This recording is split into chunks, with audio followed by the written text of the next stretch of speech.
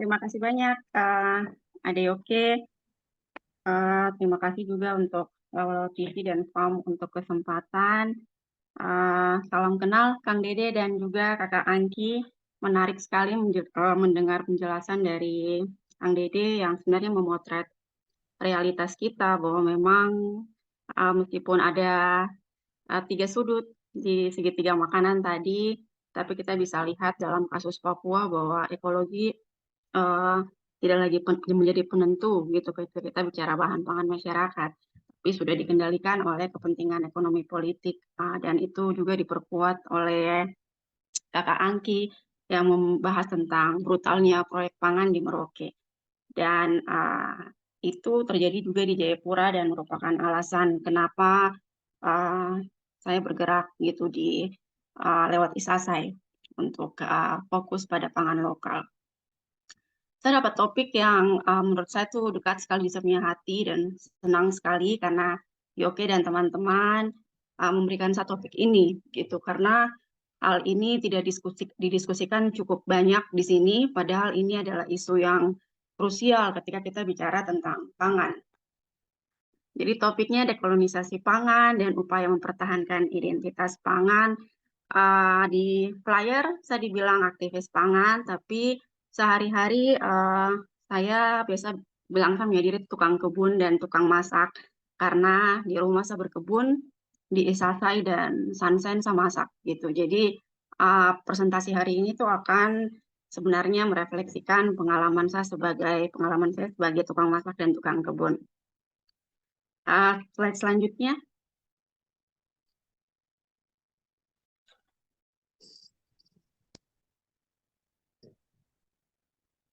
Saya akan memulai presentasi ini dengan dua kutipan dari orang-orang yang bergerak juga dan juga mereka yang fokus pada pangan dan kedaulatan pangan. Yang pertama itu dari seorang chef, Dan Sharman, dia dari suku bangsa Shou, salah satu suku bangsa Indian di Amerika.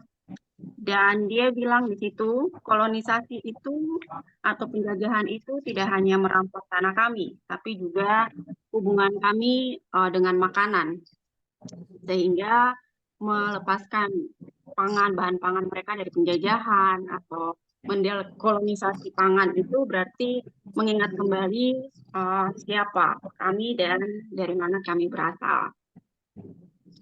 Slide selanjutnya.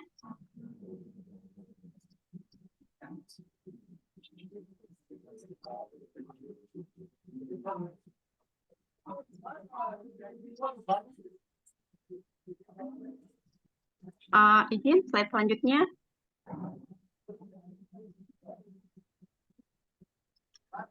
Kutipan kedua dari Rati Patel, dia penulis salah satu buku Tough and Tough, di mana dia membahas tentang bagaimana tadi sebenarnya berkaitan dengan yang dibahas oleh Kang Angki juga, Kakak Angki juga, yaitu tentang bagaimana peran korporasi ya dalam mempengaruhi sistem pangan masyarakat gitu.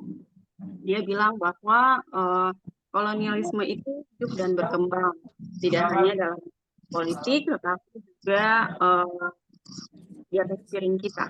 Dan ketika kita kehilangan kontrol terhadap apa yang kita makan, kita tidak hanya kehilangan kalori, tetapi kita kehilangan budaya, identitas, dan juga kedaulatan kita. Dan dua kutipan ini merefleksikan sebenarnya isi dari presentasi yang akan saya bawakan dan mengapa perjuangan untuk mempertahankan pangan lokal dan kedaulatan pangan itu menjadi sangat penting. Di slide selanjutnya ada kolonialisme. Jadi waktu kita bicara tentang dekolonisasi pangan itu karena ada gastrokolonialisme atau bentuk penjajahan yang terjadi karena ada kontrol dan juga dominasi terhadap sistem pangan suatu masyarakat. Dan di Papua itu terjadi, bahkan di Jayapura dan di banyak daerah hal ini sudah terjadi. Waktu kita bicara tentang gastrokolonialisme atau dekolonisasi pangan, kita bisa melihat dari banyak perspektif. Beberapa perspektif yang sudah dibagikan sama Kang Dede dan juga Kakak Angki sebelumnya. Cuman akan izin mengulang sedikit. Yang pertama itu dari perspektif budaya. Dari perspektif budaya, ketika kita bicara tentang dekolonisasi pangan, kita bicara tentang bagaimana masyarakat adat itu merebut kembali sistem pangan mereka yang mulai terpinggirkan, bahkan hilang. Itu kita bicara tidak hanya terbatas pada makanan yang mulai hilang, tetapi juga dari awal, dari kebunnya, metode bertanamnya mereka seperti apa, kearifan lokalnya seperti apa, hingga bagaimana mereka mengolah pangan mereka dan mengonsumsi apa yang mereka makan.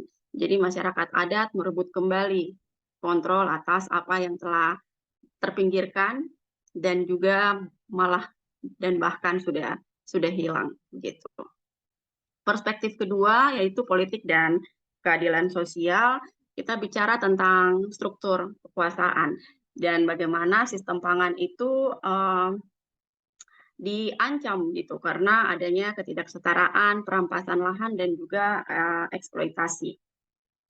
Dan di sini sama masyarakat adat perlu aktif berjuang gitu untuk mendorong memperjuangkan kembali kedaulatan pangan mereka sehingga itu tetap bisa dijalankan sesuai dengan nilai-nilai budaya dan juga prinsip-prinsip alam, prinsip-prinsip berkelanjutan yang bisa menjamin masa depan dari generasi mereka.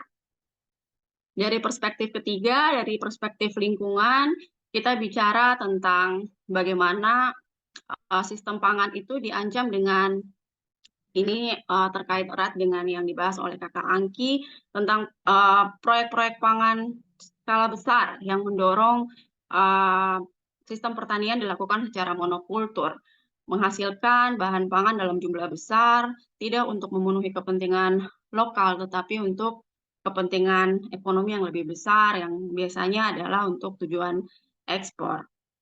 Dan sistem pertanian dengan monokultur ini satu memang tidak sesuai dengan cara bertanam atau metode bertanam yang biasa dilakukan oleh masyarakat adat yang umumnya selalu polikultur atau tumpang sari.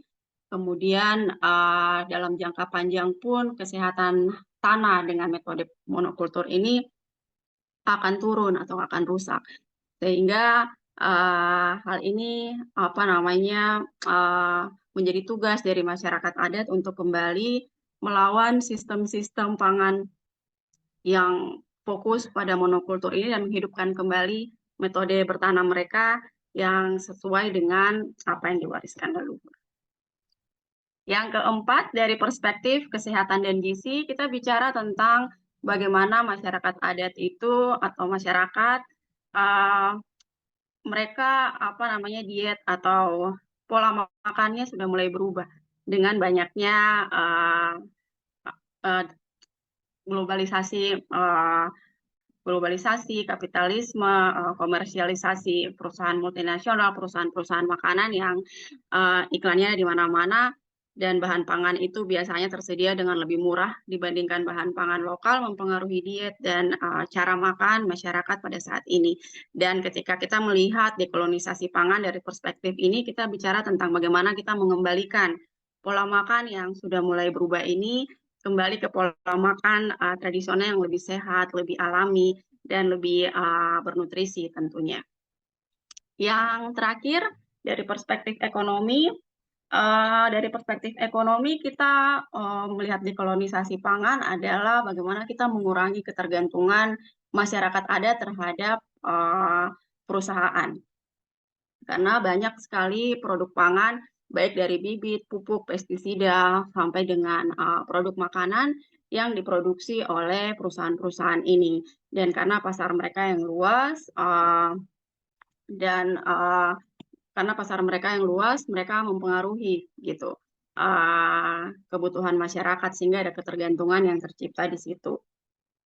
Jadi ketika kita bicara dari perspektif ini, kita ingin mengembalikan kembali kekuatan dan kontrol atas pangan masyarakat kepada masyarakat. Kita tidak beli lagi bahan pangan yang dikirim jauh-jauh dan dikemas secara modern oleh orang-orang yang tidak kita lihat, tetapi kita belanja kembali ke mama-mama dong yang ada di pasar.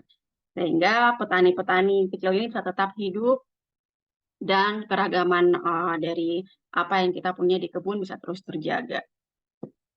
Slide selanjutnya.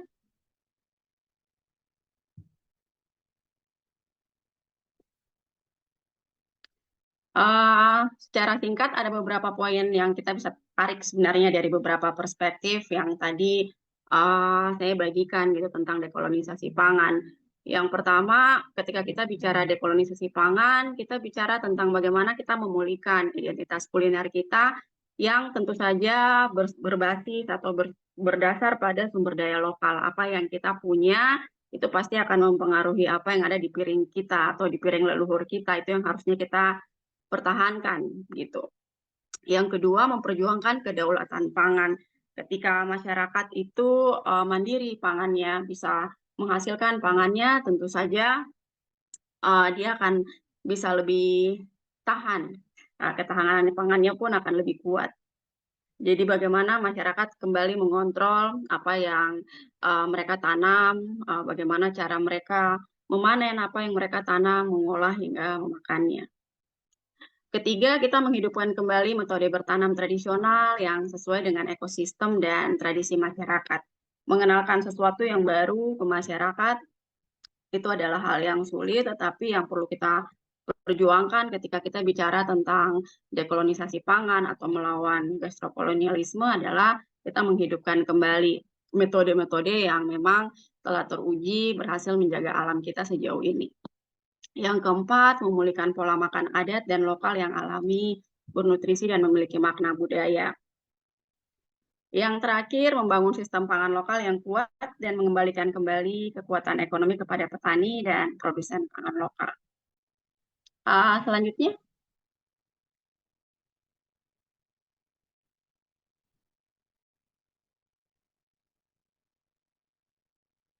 memulihkan identitas kuliner. Seperti yang saya sebutkan tadi, kolonialisme, globalisasi, komersialisasi secara besar-besaran memang mengubah pola konsumsi dan produksi pangan kita dan secara tidak langsung mendorong kita untuk homogen gitu budaya makannya atau memiliki budaya makan yang sama, makan barang-barang yang sama.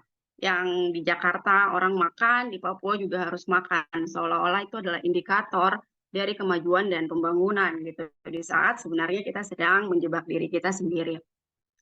Jadi ketika kita bicara memulihkan identitas kuliner, kita kembali ke pola konsumsi yang sehat, yang tradisional, makan makanan yang memang ada di daerah kita, sehingga kita bisa terus menjaga apa yang ada di daerah kita. Lalu ketika kita bicara dekolonisasi, kita harus berupaya melakukan langkah-langkah aktif dengan mengonsumsi apa yang ada di tempat kita dan juga menanam apa yang milik kita gitu. Karena dalam jangka panjang sebenarnya di sini ada hubungan langsung gitu antara apa yang kita makan dengan apa yang dijual di pasar dan apa yang ditanam di kebun. Ketika kita memulihkan identitas kuliner, efeknya tidak hanya bahwa makanan ini akan ada terus di meja makan kita, tetapi kita memastikan bahwa bahan-bahan pangan lokal ini akan terus dijual oleh bapak-bapak dan mama-mama yang berjualan hasil pangan, tanah dan air kita di pasar. Karena ketika permintaan akan bahan pangan ini tidak tinggi, mereka akan beralih ke bahan pangan lain yang memang permintaannya tinggi. Dan dalam jangka panjang tentu saja ini akan mengurangi keanekaragaman bahan pangan yang kita punya di tempat kita. Selanjutnya,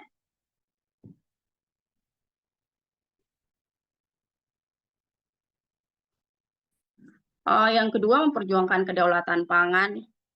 Jadi ini ada 2 poin ini yang memang ingin saya tekankan gitu dalam presentasi ini. Jadi waktu kita bicara tentang pangan lokal, kita bicara tentang kedaulatan pangan, bagaimana masyarakat itu bisa secara mandiri menghasilkan pangannya. Dan itu berarti dia harus punya kontrol dan akses terhadap tanah dan lahannya, lalu kontrol dan akses juga kepada apa yang ditanam di tanahnya. Slide selanjutnya.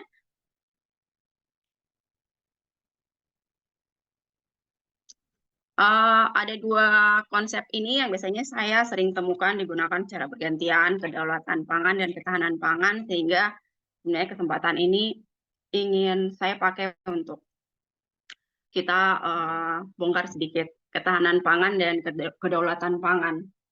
Banyak sekali kebijakan-kebijakan atau pernyataan-pernyataan yang saya sering dengar berfokus pada ketahanan pangan dan bukan kedaulatan pangan.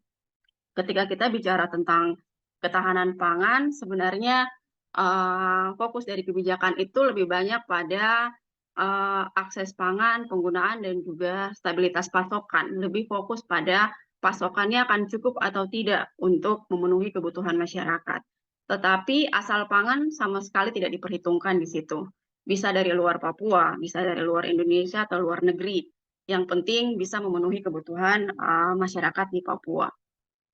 Dalam jangka panjang, ketika kita hanya fokus pada ketahanan pangan tanpa memperhatikan kedaulatan pangan, masyarakat akan tidak kuat ketahanan pangannya. Dan itu yang sering saya rasa lolos dalam diskusi-diskusi. Ketika kita bicara tentang pangan, kita harus lebih fokus pada dasar dari ketahanan pangan itu, dan itu adalah kedaulatan pangan. Kedaulatan pangan itu adalah ketika kita melihat dan fokus pada hak masyarakat adat, masyarakat untuk mengendalikan sumber daya yang mereka miliki. Apakah mereka punya punya akses terhadap bibit yang bisa mereka gunakan setiap waktu? Apakah mereka punya akses terhadap tanah? Apakah mereka bisa menghasilkan bahan pangan yang cukup untuk mereka? Jadi ketika kita bicara tentang kedaulatan pangan, kita bicara tentang memberikan kembali hak dan kontrol kepada masyarakat adat, dan asal pangan itu menjadi penting. Kita tahu benar dari mana asal pangan yang kita konsumsi setiap hari. Dan itu tidak terjadi ketika kita hanya bicara tentang ketahanan pangan. Ketika masyarakat sudah mandiri secara pangan, mereka bisa memproduksi, mengolah dan mengonsumsi secara mandiri tanpa perlu tergantung pada pihak luar. Dalam jangka panjang, tentu saja mereka akan tahan atau lebih aman pangannya. Slide selanjutnya.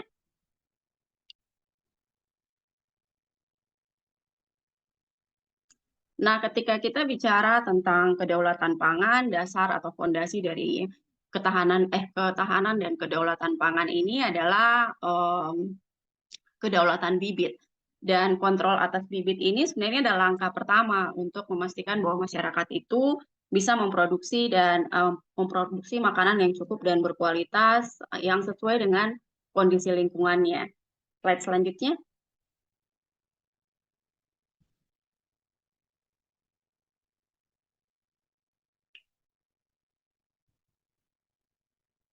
Slide selanjutnya.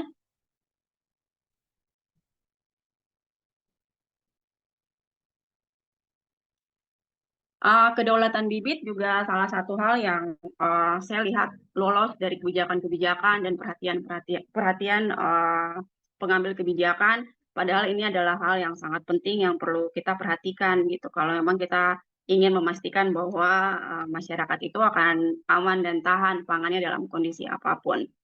Karena saya tadi di awal sudah bilang saya tukang kebun dan sudah mencoba menanam selama 10 tahun terakhir dan tahu benar perbedaan antara bibit-bibit yang saya dapatkan secara lokal dan juga benih dan bibit yang saya beli dari toko tani.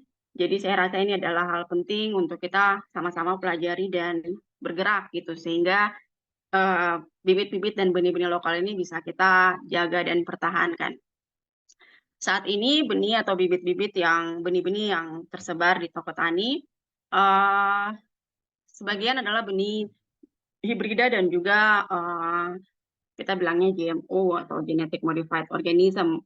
Jadi dulunya di samping nenek punya dapur, itu biasanya ada bibit-bibit atau bibit-bibit dan benih-benih yang disimpan gitu. Baik bibit jagung, bibit bayam, bibit kacang, dan lain-lain. Dan itu diwariskan dari generasi ke generasi dan bisa selalu ditanam kembali. Nah, ketika saya mulai berkebun 10 tahun kemarin, 10 tahun lalu, dan mulai menanam, saya menemukan bahwa ternyata hampir semua benih yang saya beli dari toko tani itu tidak bisa digunakan berkali-kali. Hanya bisa digunakan sekali. Dan ketika dipanen, benih-benih ini tidak bisa ditanam kembali. Jadi kalau saya beli sawi, dia berbunga, ada bijinya, ditanam lagi, tidak bisa. Dan ternyata uh, yang terjadi adalah bahwa benih-benih ini memang sudah dimodifikasi agar hanya bisa ditanam sekali. Jadi di sini saya buat perbedaan antara benih bibit dan benih lokal dan juga hibrida dan GMO. Salah satu hal paling penting dari ketiga perbedaan ini adalah bahwa bibit dan benih lokal itu dapat terus diperbanyak secara mandiri. Jadi kalau saya punya sawi yang bibitnya saya dapat dari kampung, saya bisa tanam terus tanpa perlu beli bibit baru. Sedangkan untuk benih dan bibit hibrida atau GMO yang kita beli dari toko tani, itu hanya bisa ditanam sekali saja. Jadi kalau misalnya mau tanam di musim tanam berikutnya, tentu saja kita punya mama-mama dan bapak-bapak dorang harus beli lagi kalau memang mau hasilnya bagus. Salah satu jualan yang dilakukan oleh perusahaan-perusahaan pertanian ini adalah bahwa benih dan bibit hibrida dan GMO ini memang hasil panennya lebih cepat, lebih tinggi, lebih banyak, dan beberapa dibuat untuk tahan terhadap hama. Namun dalam jangka panjang tentu saja karena tidak bisa digunakan berkali-kali, ini menciptakan ketergantungan dari kita punya mama dan bapak petani dorang terhadap perusahaan-perusahaan yang memproduksi bibit-bibit ini. Selain itu, bibit-bibit ini dimodifikasi agar hanya bisa menghasilkan hasil maksimal dengan perlakuan pestisida. Dan itu bisa ditemukan di kemasan-kemasan benih yang kita beli di toko tani. Dan hal ini kadang-kadang kurang uh, disosialisasikan dan dibagikan kepada kita punya mama-mama orang. Ini salah satu hal yang mendorong Isasai untuk tidak hanya sebenarnya menjual makanan, tetapi peduli pada apa yang terjadi di kebun dan berusaha agar bibit dan benih tanaman-tanaman asli itu tetap kita kurasi untuk kita jaga.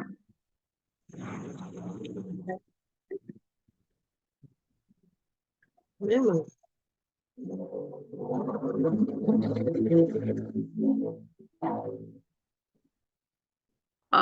Di Isasai kita memang melakukan beberapa hal untuk mempertahankan identitas pangan, tetapi yang terpenting yang kita menjadi fokus kita saat ini adalah menghidupkan kembali bahan pangan lokal itu dan menghadirkan mereka di atas meja makan, menyajikannya untuk orang-orang nikmati agar orang mengenal gitu Papua dan Sentani secara khusus lewat makanannya.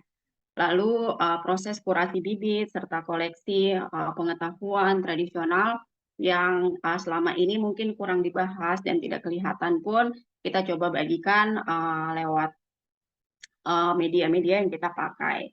Salah satu yang kita temukan kurasi bibit yang sedang Isasai lakukan itu adalah mengkoleksi bibit ubi-ubian asli, ada di gambar di slide selanjutnya.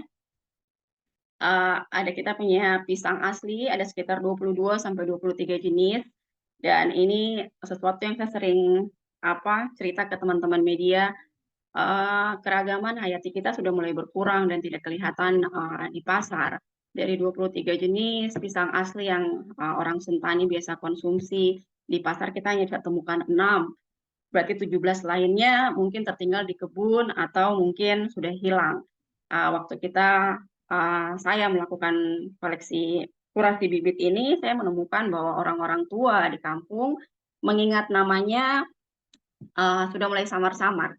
Anak-anak muda yang berkebun, yang seumuran saya, mereka tahu menanam tapi tidak tahu nama asli dari pisang-pisang ini dalam bahasa Sentani.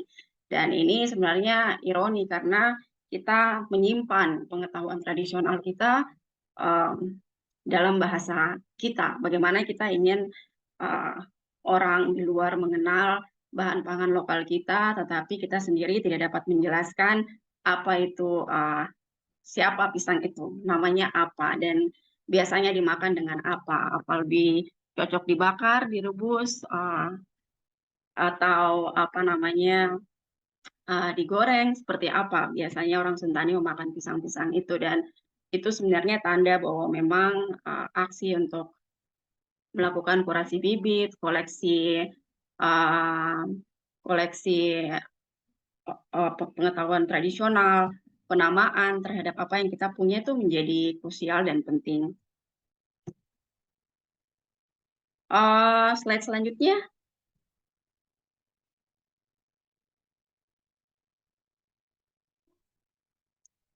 Ini beberapa pisang asli Sentani yang tadi saya ceritakan. Kita punya 23, beberapa ada di gambar. Ada pisang nomoy, ada wabulu, ada blau kobru, dan nama-nama ini tuh terdengar asing. Bahkan bentuknya setelah dimasak atau rasanya pun sebagian besar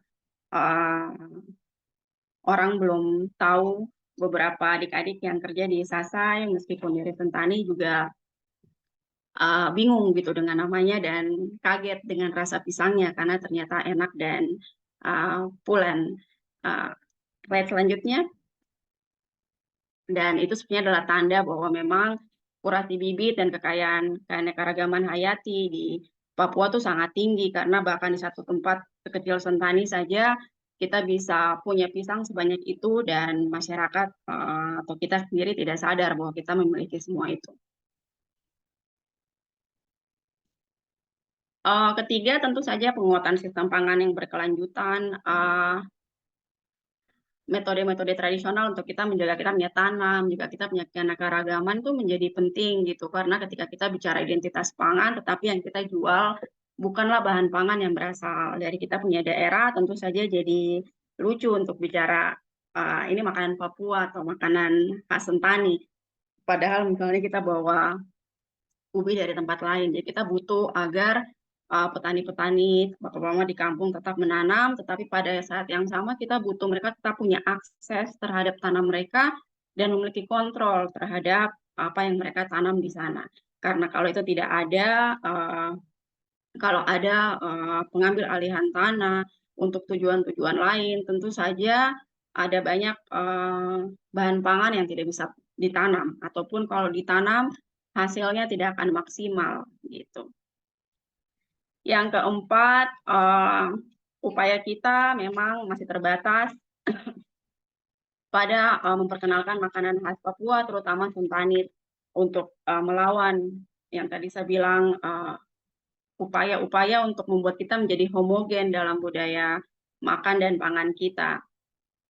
Tetapi saya berharap Isasai bisa menjadi satu dari banyak yang akan lahir nantinya. Slide selanjutnya.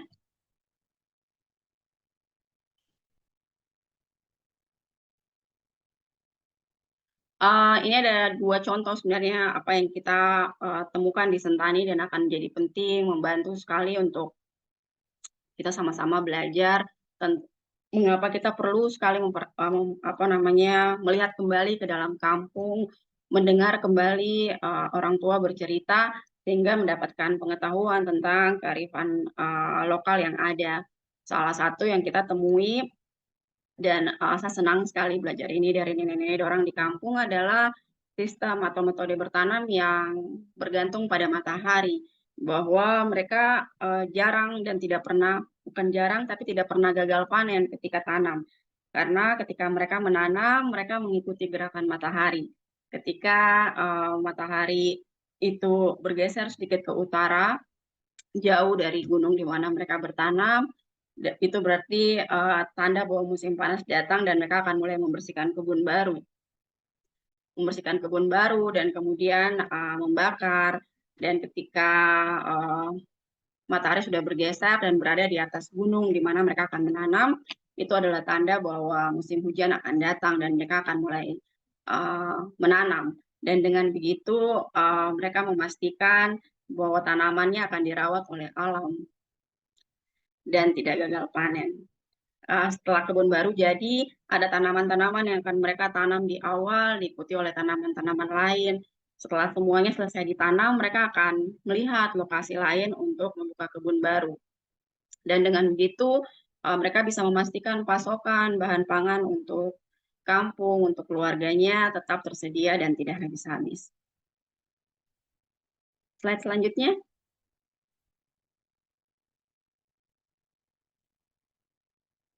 Slide selanjutnya.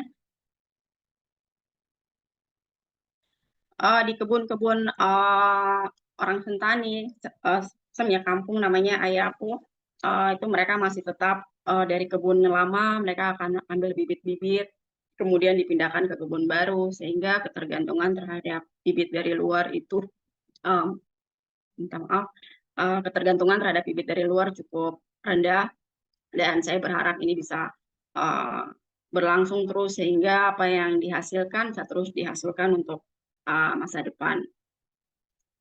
Slide selanjutnya.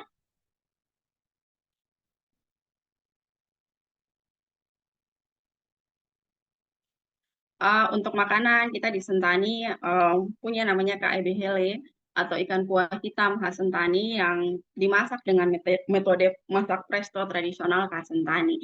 Ketika kita mengenal alat-alat presto modern saat ini, orang Sentani sudah punya metode ini lama, dan di Papua kita akan menemukan banyak sekali metode-metode masak yang sangat unik dan berbeda yang bisa dilakukan tanpa perlu bergantung pada alat-alat modern. Dan metode masak presto tradisional khas Sentani dengan menggunakan ebehele atau belanga tanah ini adalah salah satunya. Dan ikan kuah hitam ini merupakan salah satu makanan khas Sentani yang sudah mulai hilang dan mulai tidak ada begitu di rumah-rumah tangga di Sentani. Salah satunya ya karena produksi EBHL ini mulai turun ya. Tidak ada, mereka rumah-rumah tangga mulai kehilangan belanga tanah, peninggalan orang tuanya, sehingga alat masaknya mulai tidak ada. Lalu juga karena kerusakan alam, ikan gabus juga menjadi salah satu bahan pangan yang cukup mahal harganya di Papua. Padahal dulunya ikan kuah hitam khas Sentani ini merupakan makanan spesial yang dimasak pada hari Sabtu oleh keluarga untuk dimakan di hari Minggu. Karena aturan dari masyarakat yang cukup ketat bahwa hari Minggu itu adalah hari ibadah. Sehingga makanan telah disiapkan, dimasak semalaman, Minggu keluarga bisa makan bersama-sama dan beristirahat. Tidak boleh berkebun, tidak boleh mencari ikan. Jadi betul-betul KBHL ini menjadi makanan spesial yang dinikmati bersama. Dan dengan metode presto tradisional ini, ikan ini bisa dimasak dengan tulangnya karena akan lunak dan dapat dimakan. Selanjutnya, dan sebenarnya Isasai ingin menunjukkan bahwa sebenarnya spektrum atau luasan makanan khas Papua atau makanan khas suatu daerah di Papua itu sangat luas dan banyak. Namun kita membutuhkan upaya-upaya untuk menunjukkan, memperkenalkan agar dia kelihatan. Karena komersialisasi besar-besaran bahan pangan atau makanan-makanan yang sifatnya lebih modern dan tren, tentu saja pangan lokal ini akan sulit untuk kelihatan, tetapi konsistensi selalu pasti akan menunjukkan hasilnya. Ini kesimpulan singkat dari presentasi hari ini. Mohon maaf agak panjang. Yang pertama, gastrokolonialisme itu bisa kita lawan kalau kita membangun kembali atau menyembuhkan kembali hubungan kita dengan masyarakat, dengan tanah, tradisi, dan kearifan lokal. Karena ketika kita mau membebaskan pangan kita dari penjajahan, berarti kita harus memiliki hubungan yang sehat dan dekat dengan tanah kita, tradisi, dan juga kearifan lokal yang diwariskan leluhur, sehingga kita tetap bisa melanjutkan itu untuk generasi dan mewariskannya untuk generasi selanjutnya. Lalu identitas pangan itu menjadi penting untuk kita perjuangkan dan pertahankan karena dia merupakan refleksi atau cermin dari sehat dan hidupnya tradisi tadi dan juga pengetahuan lokal dan alam. dan identitas pangan kita di Sentani akan berbeda dengan daerah lain di Papua, dan itu yang menjadi keunikan tanah Papua secara luas. Mungkin itu saja dari saya. Terima kasih banyak. Nanti mungkin kalau ada pertanyaan kita bisa diskusi lebih banyak. Saya kembalikan kepada DOK